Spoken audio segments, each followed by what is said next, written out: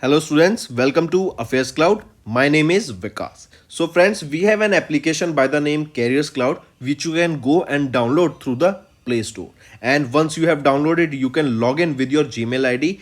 And why I am suggesting you this application, because this is the one-stop solution for all the current affairs. This is the best of the best application and the platform where you can enhance your learning through help.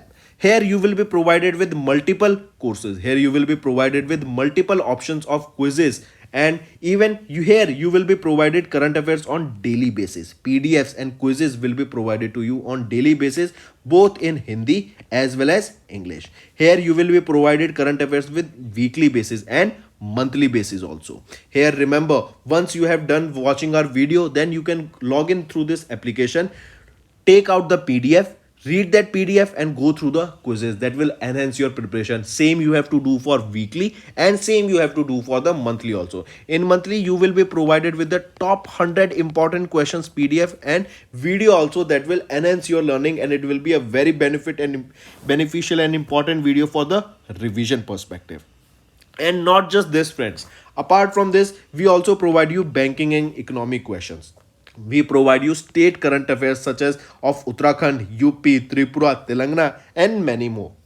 Not just this, apart from this, we also provide you topic wise current affairs, and the topics that we are providing you are really important. These topics are such as national affairs, international affairs, important days, sports, defense, science and technology, apps and web portals, obituary. These are the important topics that are being asked in various exams across India. So these are the topics that are must and should be covered and will be beneficial for the preparation of the students.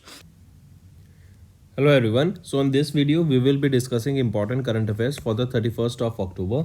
The session will be quite interesting, so do pay attention till the end. Let's start. First is Finance Ministry has notified the prospective 18% GST on the parent company's guarantee. I repeat, on 26th of October recently, CBIC under the Ministry of Finance has issued a notification stating that GST will be levied on guarantees that will be provided by the parent company to their subsidiary companies. I repeat, CBIC notified that the GST will be levied on the guarantees that will be provided by the parent company to the subsidiaries, and the corporate guarantee would be taxable from the date of the notification. As per the notification, GST at 18% will be levied on 1% of the total amount guaranteed by the parent company, or the actual consideration, whichever will be the higher. Here you can see CBIC under the Ministry of Finance issued a notification stating that GST will be levied on the guarantees that will be provided by the corporations or the parent company to their subsidiaries. The corporate guarantee will be taxable from the date of notification, and GST at 18% will be levied on 1% of the total amount guaranteed by the parent company or the actual consideration, whichever will be higher. Correct? So take a note of it. Next, which country is set to become the third largest electricity consumer globally by 2050? So as per the data recently released by IEA, that is International Energy Agency, they released a report that is World Energy Outlook 2023, and they talked about the various ecosystem here, right? They talked about the energy consumption, they talked about various other usage of fossil fuel energy, and here they stated that India will become the third largest electricity consumer by 2050. Mark this, it is 2050. Correct? Then this World Economic Outlook to a World Energy Outlook 2023, it presents a sustainable change in the global energy system by 2030. We are seeing that the new projects that were related to fossil fuel has been stopped, and it is stated that no new fossil fuel project will be coming up, but multiple new projects that are related to green energy, renewable energy are making into the sector, making into the industry, right? Next thing, remember here in this World Economic Outlook, we are seeing about the early peak in the fossil fuel usage, right? That means the usage in the fossil fuels for generation of electricity, it is expected that the peak will come for the fossil fuel in the year 2025, which is 2 years earlier than the previously anticipated. Also, coal coal, oil, and gas are also projected to peak by 2030. Then, as I mentioned, no new fossil fuel project will be coming into the market, whereas the investment in the clean energy, that is renewable energy, and non-renewable sources of energy, renewable sources of energy will expand, and we are seeing that the investment in this sector is increasing almost 2.5 times by 2030.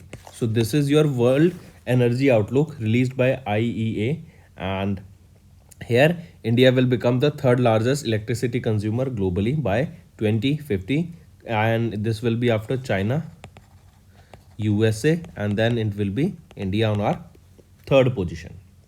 Then, if we talk about IEA, International Energy Agency, who is the executive director here, Fatih Birol, headquarters is in Paris, France, and it was established in 1974. So here we can see this report highlights the India's growing electricity demand with an annual growth of around 5%, making it the third largest electricity consumer globally by 2050 after China and USA. Next is which countries have been recently released or removed from grey list of FATF. What is FATF? Financial Action Task Force. And what is grey list? It is a list of the country that do terror financing. That do terror finance. Correct? So all the countries that do terror finance are basically put into this grey list. So recently Financial Action Task Force, this is the organization that releases this grey list, and all those countries that are in the grey list, they won't be receiving any funding from any of the big banks or organization for the future development, because ultimately what they will, where the money will go in for the terror financing. Then coming back, question asked here is that which countries have been recently removed from the grey list of Financial Action Task Force. So remember, Cayman Islands, Panama, Jordan, and Albania, all are these countries that has been recently removed from the FATF's grey list. Important. And on the other hand, if the question can also be asked in this way, which country has been added to the list, grey list? So Bulgaria has been added to the grey list. It has been added to grey list. And Cayman Islands, Panama, Jordan, and Albania, they have been removed from the grey list of FATF. Correct? Next, here you can see, according to FATF, on 27th of October, Cayman Islands was removed from FATF's grey list, and here Panama, Jordan, and Albania were also removed from FATF's grey list, whereas Bulgaria was added to this particular list. And FATF is an intergovernmental body that sets anti-money laundering standards. Next is your IndusInd Bank. They have collaborated with VMRCAS to enhance the fast remit platform, right? I repeat, recently IndusInd Bank, they has tied up with VMRCAS to enhance the fast remit platform. This particular collaboration will offer digital inward remittance services to the NRIs of USA. Correct? This collaboration will enable NRIs to send their money to beneficiaries in India through IndusInd Bank's digital remittance platform, that is IFR. And what is your IFR? Indus Fast Remit. So through this, the NRIs of USA will be able to send money to the beneficiaries who are in India through this IFR of Indus Bank, that is Indus Fast Remit. Correct? The Indus Fast Remit platform will allow NRIs to send money to India either through auto debit payment mode, correct, and through the overseas bank account. Through this Indus Bank Vostro relationship, VMRC's corporation will credit the beneficiary's account in India using RBI's rupee drawing agreement scheme. Correct? Mark this. And this IFR, it is a first of its kind multi-partner digital platform facilitating remittances to India, and they are providing this benefit or this service to the NRIs of USA. If we talk about IndusInd Bank, who is the managing director and chief executive officer? Sumant Katpalia. Headquarters is in Mumbai, Maharashtra, and it was established in 1994. Next is UST has won Mahatma Award 2023 for CSR Excellence in Community Service. What is this UST? UST is a digital transformation solution company. This was recognized and it has been recognized by 2023 Mahatma Awards, and it is for the corporate social responsibility CSR initiatives for sustainable and impactful contributions to CSR in areas such as education, healthcare, livelihood, environment, and disaster relief. So it is your UST that is won or that has been awarded with the Mahatma Award for impactful CSR activities.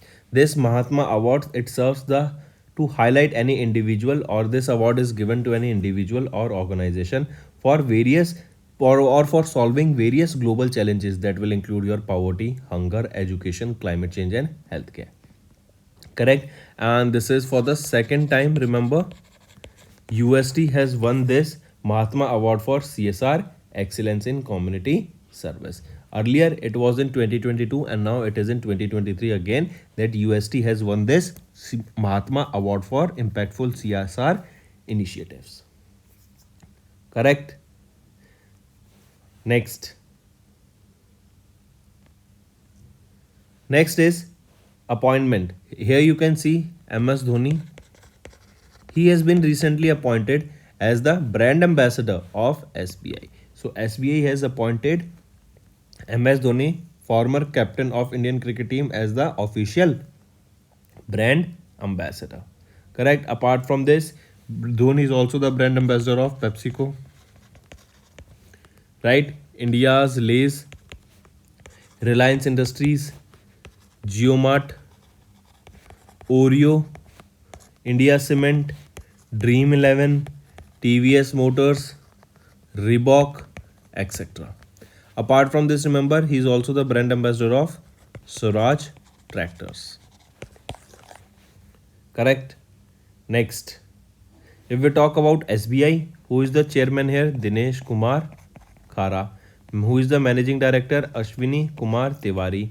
It was established in 1955 and headquarters is in Mumbai, Maharashtra. Next, Katrina Kaif. She has been appointed as the brand ambassador of Rado. Right? Katrina Kaif, a British Indian actress who works in Hindi language. We know about her. She has been in various movies and now she has been appointed as the global brand ambassador for Rado. Rado, what is it? It is a Switzerland-based luxury watch manufacturer and she has been recently appointed as the brand ambassador of Rado. Apart from this, Hrithik Roshan has been one of the global brand ambassador of Rado since 2011. Next is Yes Bank. Yes Bank has recently acquired the additional share of JC Flower ARC, that is JC Flowers Asset Reconstruction Private Company, to reinstate its equity share capital promotion to 9.9% in accordance with subscription and purchase agreement. Correct. So directly remember, Yes Bank acquired 9.9% equity share in JC Flower ARC, which fell to 5.01% as a result of certain corporate actions in JC Flowers ARC. Next, if we talk about Yes Bank, who is the managing director and chief executive officer? Prashant Kumar. Headquarters is in Mumbai, Maharashtra. It was established in 2004. Then if we talk about JC Flowers ARC, headquarters, where is it? It is in Mumbai, Maharashtra, and it was established in 2015. Next is REC PDCL has handed over a project specific SPV to Power Grid Corporation. I repeat, REC Power Development and Consultancy Limited, they handed over the project specific special purpose vehicle formed for the construction of Ramgarh 2 Transmission Limited transmission project to Power Grid Corporation of India Limited. So they have transferred this SPV formed for the construction of Ramgarh transmission project to Power Grid Corporation India Limited. So it has been transferred to Power Grid Corporation. Correct? Then remember, REC has successfully handed over 54 transmission projects that will cost around 75,000 crore rupees to Power Grid Corporation of India Limited. Next Next, we are talking about Mahabali Yard 305. Correct? Remember, recently, Commander Sunil Kaushik has recently launched 25T Bollard Pull Tug, that is Yard 305 Mahabali. Correct? It was recently launched at a Shaft Shipyard Private Limited in Bharuch, Gujarat. These tugs that we are seeing, this 25T Bollard Pull Tug, these tugs are built under the specification classification of the IRS, that is Indian Register of Shipping. So under the various classification rules of IRS, these tugs are built, and these tugs will improve the operational commitment of Indian Navy by facilitating assistance to naval ships and submarines. They will also provide firefighting assistance to the ships and will have capability to conduct limited search and rescue operations. Coming back, this particular 25T Bollard Pull Tug Yard 305 by the name Mahabali, it has been built at a cost of 84.75 crore rupees, and this is in line with Made in India initiative of the Government of India. Correct? Mark this. Next is which company is setting up a 6G research and development center in Chennai, Tamil Nadu? It is Ericsson. Right? Ericsson, a Swedish telecommunication company, they have set up a 6G research and development center in Chennai, Tamil Nadu. Ericsson is also looking to partner with premier engineering institutes in India for 6G enabled research, and this 6G research and development center in India will be the third such center of Ericsson. Right? Other two centers are one in Sweden and other is in USA, and now third will be in India, and in India too, where it will be in Chennai, Tamil Nadu. Correct? Next, here you can see Ericsson sets up a 6G research and development center in Chennai, Tamil Nadu. Correct? And this will be the third such center after Sweden and USA. Next, China former Premier Li Keqiang has recently passed away. As you can see, a Chinese economist and politician who served as the Premier of People's Republic of China from 2013 to 23 has passed away at the age of 68 in Shanghai, China. Correct? Mark this. Next is World Stroke Day. We know in today's generation, many individuals, even young individuals, are having strokes. Correct? And this is because of their unhealthy lifestyle. So World Stroke Day, this day is annually observed on 29th of October, and this day is to create awareness about the serious nature and high rates of strokes and effective treatment options that are available to drive action on stroke prevention. The theme for the World Stroke Day is Together We Can #greater than a stroke. I repeat, together we can #greater than stroke. This is the theme for the World Stroke Day observed on 29th of October. First ever World Stroke Day was observed when? In 2006. So for the first time in 2006. Next, International Day of Care and Support. This day is observed on 29th of October, and it is to raise awareness about the caregivings and contributions of caregivers in our life. So International Day of Care and Support is observed on 29th of October, and for the first time, remember 2023, this is the first time or the inaugural edition of this International Day of Care and Support that is being observed in 2023. Next is your Vigilance Awareness Week. This week is observed from 30th of October to 5th of November, right? So this week will be observed from 30th to October to 5th of November. And remember, this day is observed to promote transparency and ethical practices in the crucial role of vigilance, and that prevents various corruptions that are going on. Correct? I repeat, this week is observed to promote transparency and promote ethical practices in the crucial role of vigilance that will prevent your corruption. Then Vigilance Awareness Week observed from 30th of October to 5th of November, and there is a theme that is Say No to Corruption, Commit to the Nation. I repeat, Say No to Corruption, Commit to Nation. This is the theme of Vigilance Awareness Week. So that's all for the day, friends. Now let's move to some one-liner revision. 52nd GST Council meeting was held and Ministry of Finance notified 18% GST on corporate guarantee. Then IEA's World Energy Outlook was released and it stated that no new projects will be coming up for fossil fuel and 2.5 times the investment will be done in renewable energy projects by 2030. Also, India will become the third largest energy consumer by 2050. FATF removed Cayman Islands from their grey list and Bulgaria was added to this list. IndusInd Bank has collaborated with Via Mercias to offer inward remittance services to the NRIs that are in USA. UST has won Mahatma Award for the second time for CSR excellence in community services. Indian cricketer MS Dhoni has been roped in as the brand ambassador of SBI. Indian film actress Katrina Kaif has been roped in as the brand ambassador of Rado, and Rado is a Switzerland-based watch manufacturer.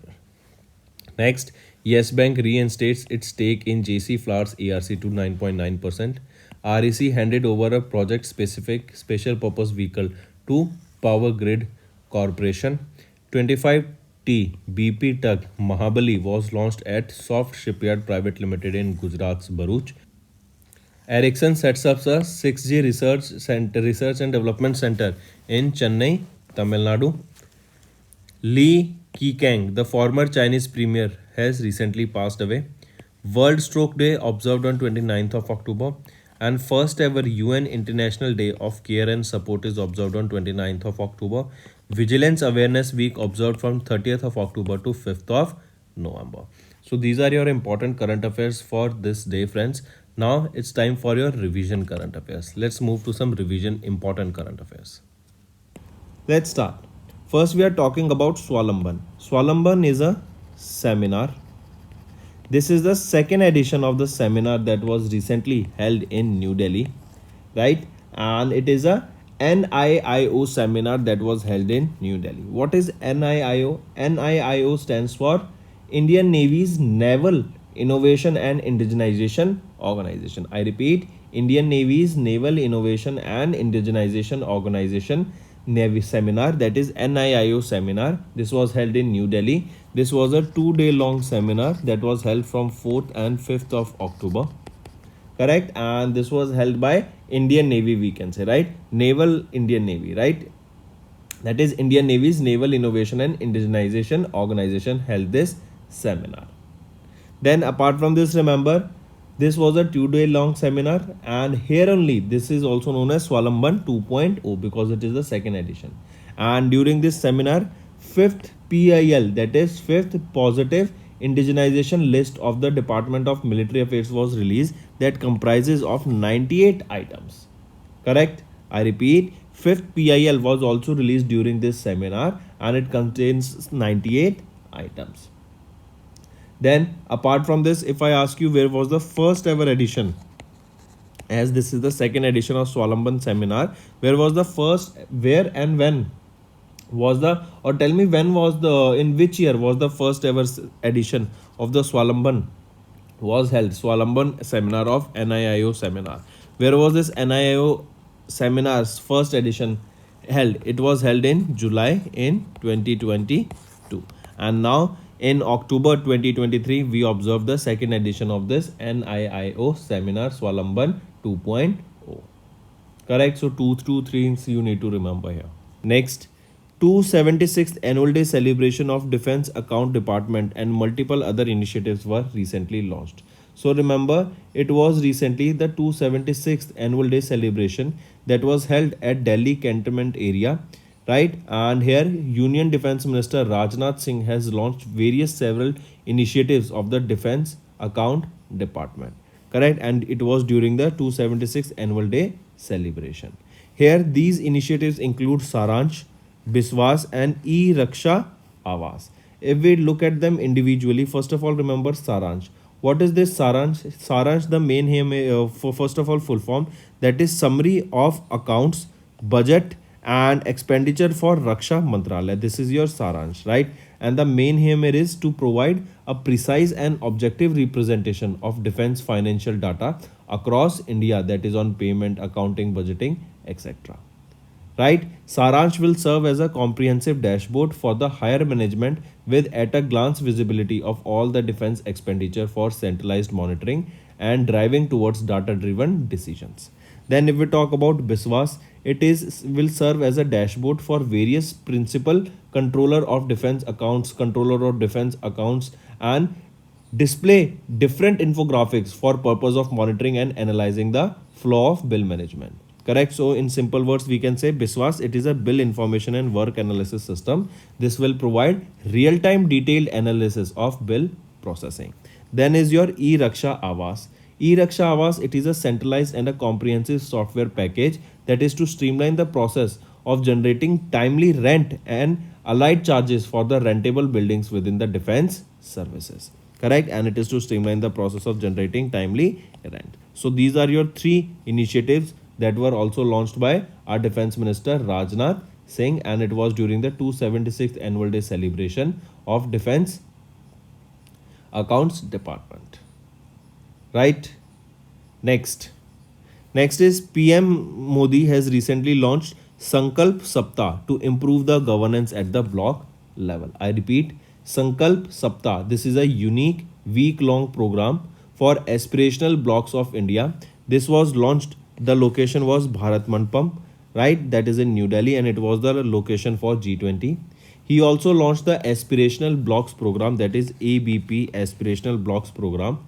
Correct. Along with this, it is a portal that was launched and it was inaugurated recently, right? So what is this ABP, Aspirational Block program? Remember, this was launched in January 2023, right? This ABP, Aspirational Block program, the main initiative of this program is to improve the governance at the block level, right? And it is to increase the quality of the life of the citizens, right? So this ABP, Aspirational Block program, is based on Aspirational District program that was launched in 2018, right? So this ABP is based on ADP, that is Aspirational District program, that was launched in 2018, and it has transformed the lives of more than 25 crore people in 112 districts. Correct. So coming back, PM Modi launched Sankalp Saptah. This is a week-long program for aspirational blocks of India, and here only aspirational block program portal was launched, and this event was held at, or this Sankalp Saptah was at Bharat Mandapam, and the main aim of this ABP was, it is an initiative to improve the governance at the block level. Correct. Then apart from this, remember, 500 aspirational blocks from 329 districts is chosen for the implementation of this ABP program. Correct. Next we are talking about India's first solar roof cycling track that was inaugurated in Hyderabad, Telangana. I repeat, it is a 23-kilometer cycle track, right? It is known as Health Way cycling track. Then where was this inaugurated? In Hyderabad, Telangana, the location. Then by State Municipal Administrator and Urban Development Minister KT Ramarao, it was inaugurated. Next thing, remember, around 16,000 solar panels have been installed that will be used to generate 16 megawatt of solar or 16 megawatt of power. So these are some important basic points that you need to remember regarding this. Next thing, remember, recently which product recently got the food animal tag in Northeast India? Mithun, right? Mithun recently got the food animal tag. Next, remember, recently Global Turmeric Conference. Global Turmeric Conference. Where was this held? Or which city hosted it? It was hosted by Mumbai. Then name the 7th Tiger Reserve of Tamil Nadu. 7th Tiger Reserve of Madhya Pradesh. Which is it? It is Virangana Durgavati Tiger Reserve. Correct? Virangana Durgavati Tiger Reserve. Then Air India recently signed a code share pact with which organization? With AIX Connect.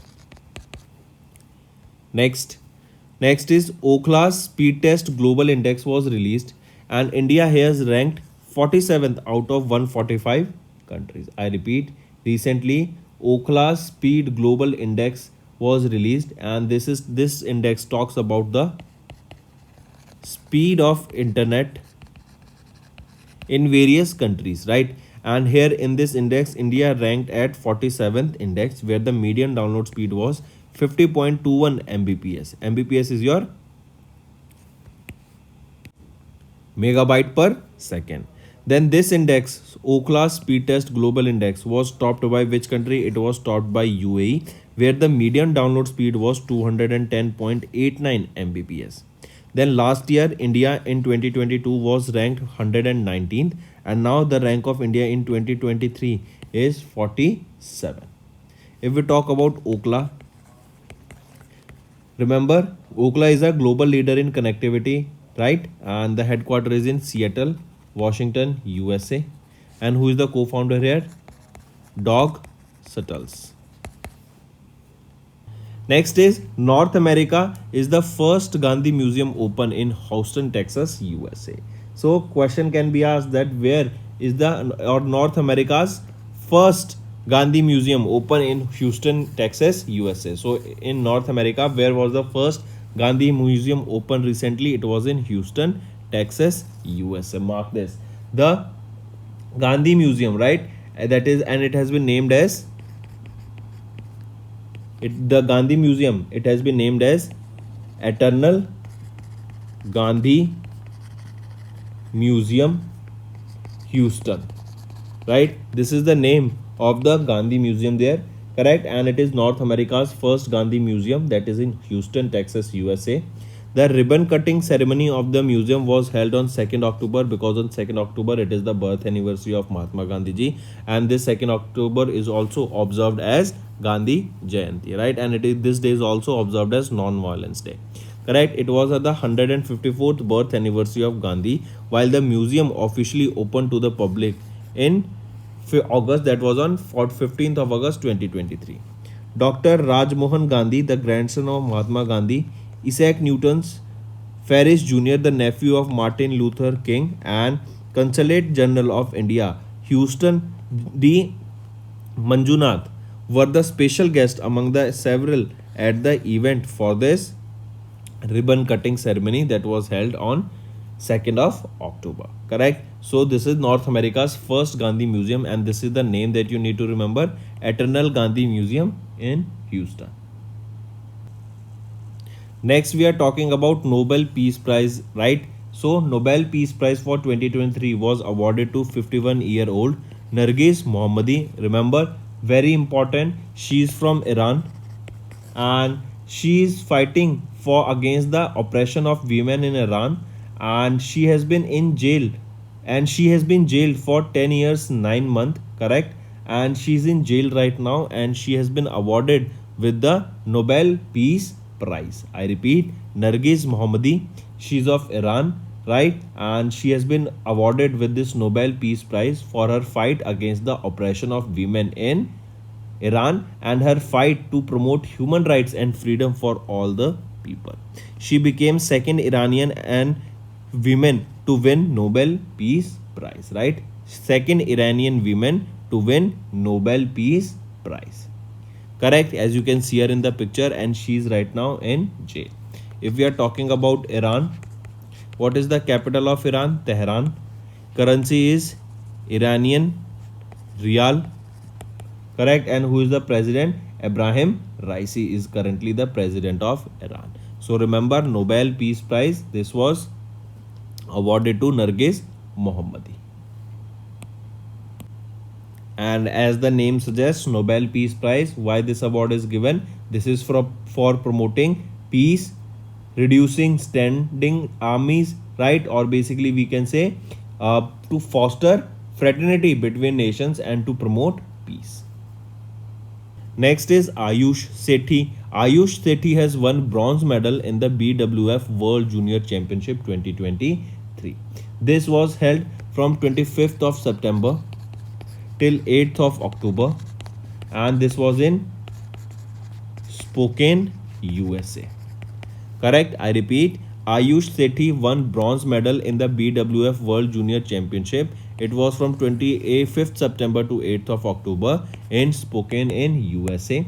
And if I ask you who won the gold medal here, so it was won by Alvi Farhan, right? And he's of Indonesia. He won gold medal in this 23rd edition of the BWF World Junior Championship. Now the question can also be asked in this way, that Ayush Sethi, he won bronze medal in which edition of the BWF World Junior Championship 2023? So it was the 23rd edition of this BWF World Junior Championship that was held in Spokane, USA.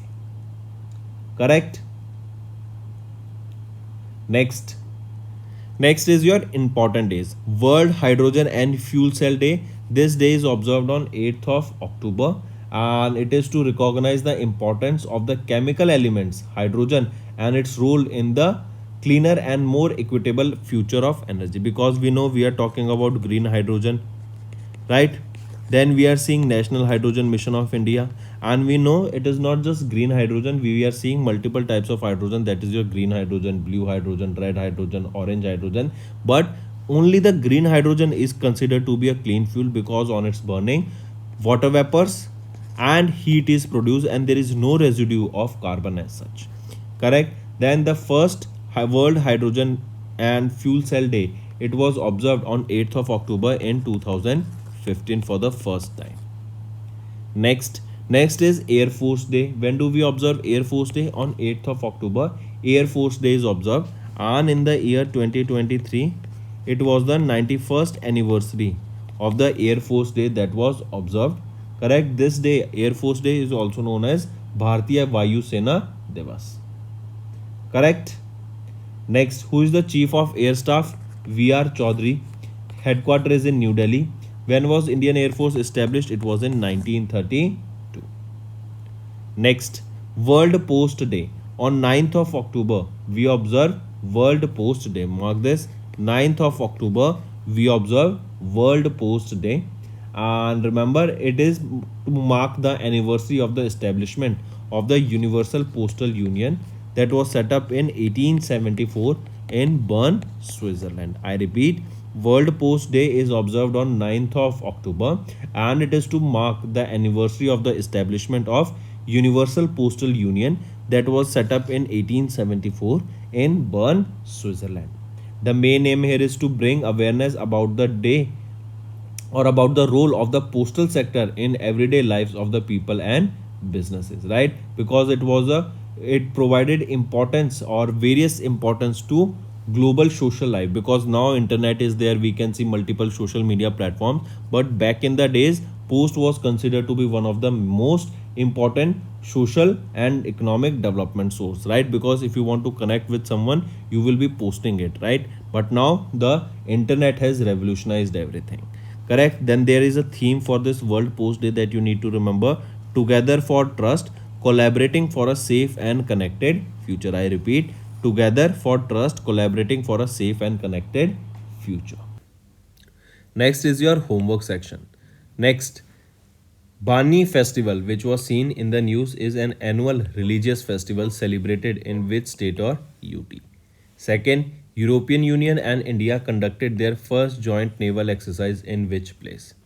Third, 8 former Indian Navy personnel have been sentenced to death by a court in which country? So these are your 3 homework questions, and I want to see maximum participation of the students here, because what I'm observing is that many students are just watching the video, but they are not commenting the answers below. So maximum to maximum participation is required from all the students here. So that's all for the day, friends. Thank you and have a nice day. That's all for the day, friends. I hope you enjoyed the session, and you can follow us on the YouTube channel, as well as apart from YouTube channel, you can go and follow us at Affairscloud Telegram channel. And if you have any queries related to the content or the courses offered to you or the payment which you did on the application, you can contact us on the number provided, that is 7677333862. Apart from this, friends, you can follow us on the Facebook as well as on Instagram handle, that is Affairscloud_official. In the end, friends, if you use a code that is Vikas10, you will be getting an additional extra 10% discount by using this code Vikas10. Also, if you have any problem regarding the course purchase, any problem regarding to our application, you can contact us on the mobile number that is 9677333862. And if you want to mail us, you can also mail us on support@affairscloud.com, and I assure you that our representative from us will be contacting you soon and resolving your issue.